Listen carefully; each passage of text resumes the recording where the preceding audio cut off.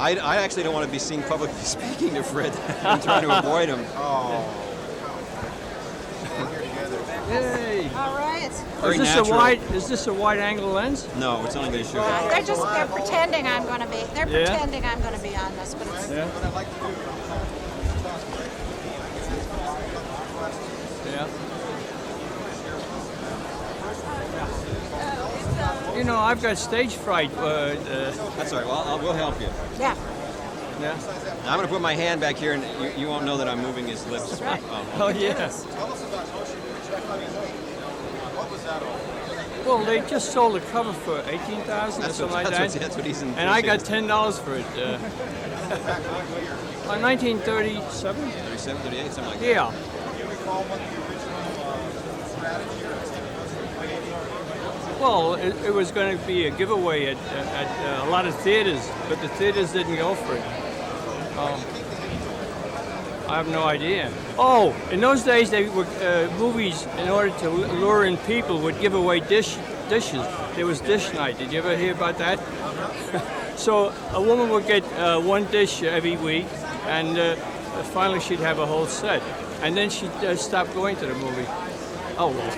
you realize that even just the Princess known covers of Motion Picture Funnies 2 through 5 Yeah. are to be among the most valuable collectibles in the world, and there's even a comic book to go with it. That's your heart, I believe, is on the cover of all of them. No, it's you're on two of them, aren't you? Or on- Yeah, I'm on Marty, two of them. Is Marty Filchuk? Philchuk got credit for, I think, the cover itself, but he didn't do it. And I phoned him about it. He's still alive, you know. I'm surprised any of us from 1936 are still alive. Or am I alive? Yeah? Oh, aren't you going to ask that? Look them up in your book. I'll show you the book. Hang on one second. Yeah? Okay. 1920. Yeah. I'm as old as the sequoia trees. Yes, he's in Comic Book Superstars because I he see. is a superstar. Ta-da-da. And all the information. Older. Yeah. Older than the sequoia trees. What was it like to work with some of the great folks in the 20s? Well, I didn't meet too many of them. In those days, they didn't have comic conferences, so we only met accidentally in the office of publishers. No, I never met. I never met Siegel and Schuster, any of those people.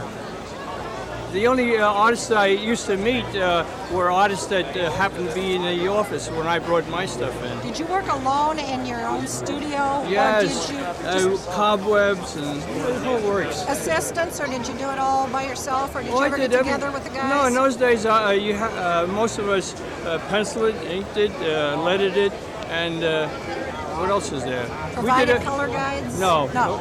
that's the only thing. But and they paid $10 for covers. Isn't that something? And they paid $5 back in 1936 for inside strips. Yeah.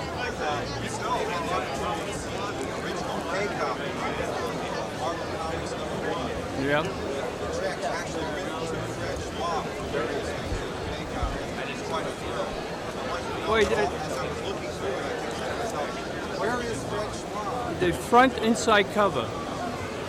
You never found me? No, we never did. Oh no, there's Where we are now. the front inside cover, not the back inside cover. Maggie, when did you first hear us? Oh, Don's always known about Fred. Don Thompson, my husband, and I can't remember the first convention we met at. Was it a New York show? Yeah. And you came up and, you never heard of me. I'm just Fred Schwab. Yeah, right, we never heard of you. Come on. You are a superstar, and Hardly. you should be a superstar. I've never been approached for my autograph. Never? Oh, good. Yes, I'll put him in perspective.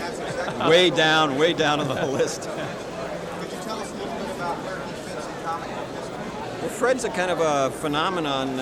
He worked for practically, as he will tell you, he worked for everybody in the Golden Age, or he was there before the Golden Age, and he went all through. He's the guy. He peaked when he was about 20, and it's been downhill all ever since. right. Every comic book I bought as a kid had a page by Fred, either a monkey or a dog or some strange thing. He was in everybody's comic books.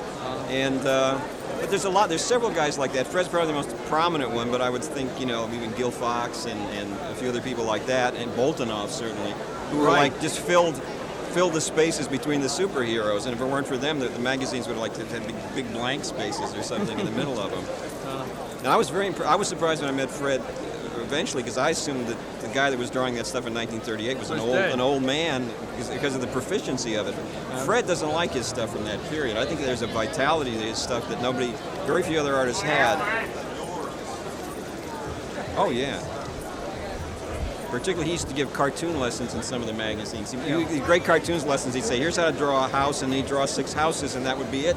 And unless you were as good as him, you were up the creek, Yay. Did I destroy your career for you? I think I did. No, very good job. And now you are going to get an autograph there. Autograph this for the camera. You've been signing a lot of these this weekend. No, no one knew. Don't tell anyone. I don't want to be bothered by it. What, signed it? Can I sign French? Oh, because in handwriting or the signature that I use? Signature. Okay. It's just printed.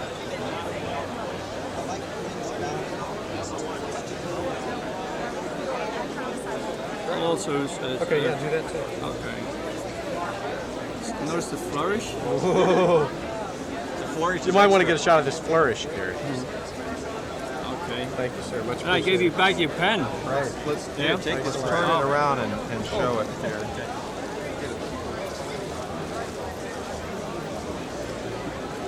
And shake your head and hardly shake when you sign that. That's very